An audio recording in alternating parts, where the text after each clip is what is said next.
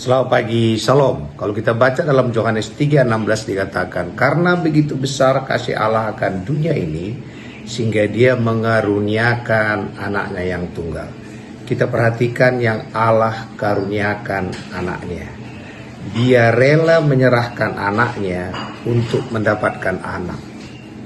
Makanya Yesus mengajarkan kita doa apa? Bapa kami yang di sorga.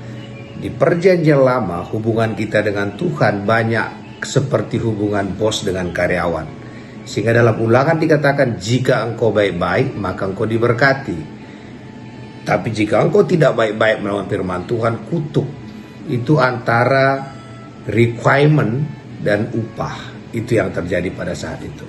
Tapi kalau kita perhatikan, di perjanjian baru, Tuhan merubah hubungan kita. Maka dalam buku Yohanes juga dikatakan kita diberi kuasa untuk menjadi anak. Maka hubungan kita dengan Allah adalah Bapa dan anak. Karena anaknya yang dikorbankan untuk mendapatkan anak. Hubungan dengan anak ini bagaimana? Kita lihat ada dua hal. Tuhan Yesus kasih perumpamaan tentang anak yang hilang. Satu, ada anaknya yang melakukan segala sesuatu tanpa ada kesalahan, tapi tak dapat apa-apa. Karena dia tidak pernah mengambil posisi sebagai anak. Dia hanya mengambil posisi sebagai karyawan, tidak pernah salah, tak dapat apa-apa. Kita lihat anak yang satu lagi, yang begitu jahatnya, segala sesuatu dilakukan tidak baik. Tapi waktu dia pulang, dia bicara soal posisi itu. Jadikan aku jadi budakmu saja.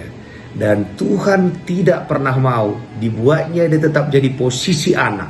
Dan karena dia anak, maka semua milik Bapaknya, milik dia. Hari ini alasan kita diberkati tidak karena kita melakukan seperti anak yang di rumah itu tidak ada kesalahan. Tidak juga kita perlu jahat seperti anak yang hilang itu. Kedua perumpamaan itu bicara tentang dua anak. Yang satu karena jahatnya dia merasa tidak layak lagi.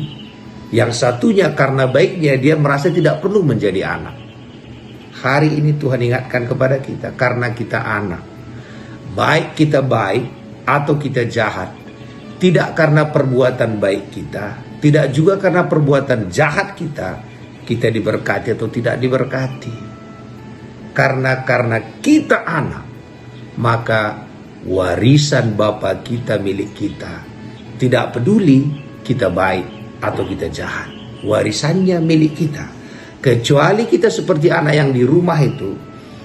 Karena dia merasa dirinya baik. Maka itu yang ditonjolin. Sehingga tidak dapat apa-apa. Hari ini kita tidak perlu menjadi jahat. Tapi waktu kita baik. Bukan juga karena kebaikan kita itu kita diberkati. Anak diberkati tidak karena berbuat sesuatu. Anak diberkati karena dia anak. Jadi hari ini datang dengan penuh keberanian menghampiri tahtanya Tuhan. Mengatakan apa?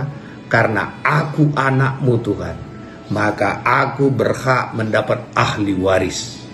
Dan warisan itu adalah sekaya apa bapaknya. Jadi anaknya itu hebat tergantung sekaya apa bapaknya. Bapak kita pemilik jagat raya ini semua dia punya. Datang kepadanya tidak karena kekurangan kita, tidak karena kelebihan kita. Kita datang karena kita adalah anaknya. Dan karena kita anak, maka semua milik Bapa menjadi milik kita. Terpuji nama Tuhan.